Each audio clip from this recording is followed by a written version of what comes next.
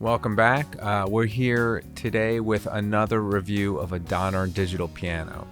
This one is a DDP-80. The one behind me that we reviewed last time is a DDP-100, and if you haven't checked that review out, you may want to do so. Donner's DDP-80 and DDP-100, they're very, very similar. They share the same audio chip, so they have the same brain, same sounds, which in this case is just a piano sound, which is all we need here. And it has the same weighted action, so they should feel and sound the same. They both have the same USB Midi output, so you can connect it to your computer, get any kind of great piano sound that you have if you have a piano library, or you could use it on an organ or a synth sound or strings or whatever you want to do. Also, both these keyboards have the same headphone out feature, so they have a headphone output. If you plug your headphones into it, it automatically mutes the internal speakers in this thing. Therefore, you can practice quietly and still use the volume control to control headphone volume.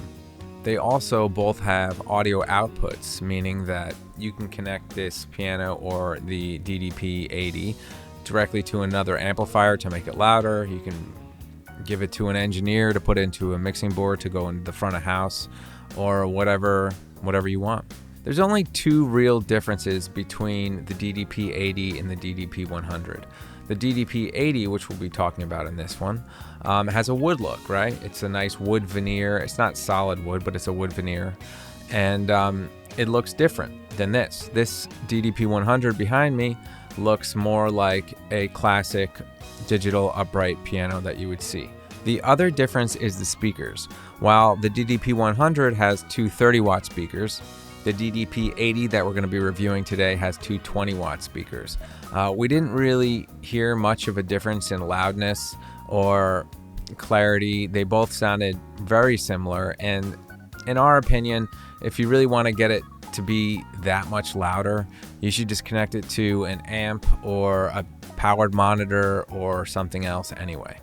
Now, this video review was ready to go several months ago, but we ran into a problem. And if you look at Amazon, you'll see that other users ran into the same problem during that time frame.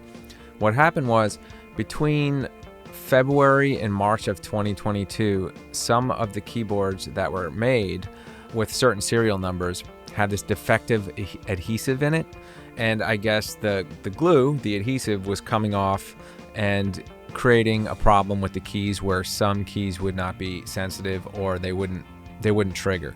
Donner has told us that they destroyed all those units that were affected, and everything is fine and back to normal. And in our case, that's true. We had a defective keyboard.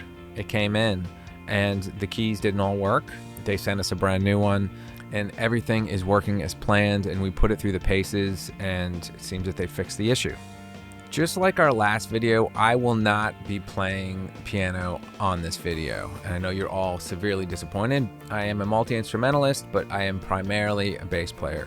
So I have my great friend Roy Dunlap today, who's an amazing pianist, and he's going to be able to really play this thing, tell you a little bit about what he thinks his first impressions are, and also you can hear how it sounds under, talent. Lastly, Donner did send us this DDP-80 in exchange for this video review we're making right now. But they didn't ask us to say anything specific, so we're going to be unbiased as usual and just play it pretty straight. So, enjoy.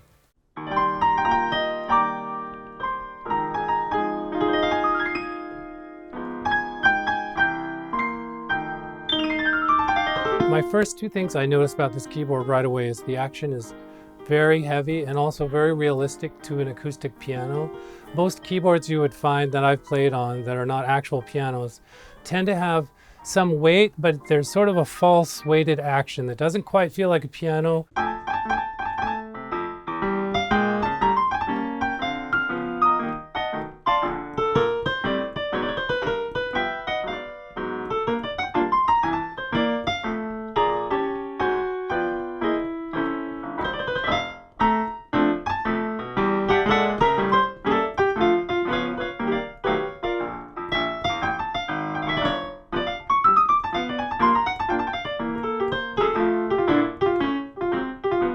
This piano, it really feels good. And also it gives you a dynamic range that's difficult to achieve with other keyboards. For example, if you want to play really softly,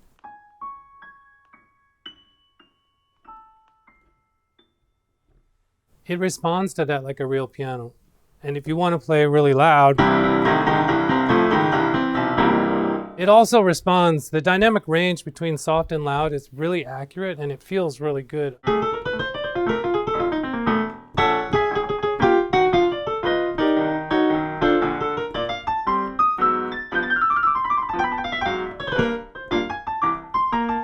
Because it is weighted and heavy, it's great for students because, you know, one thing about a non-weighted keyboard is you may be learning all the correct notes, but you're not developing the physical muscle necessary to play on an actual acoustic piano in a recital or in a professional situation.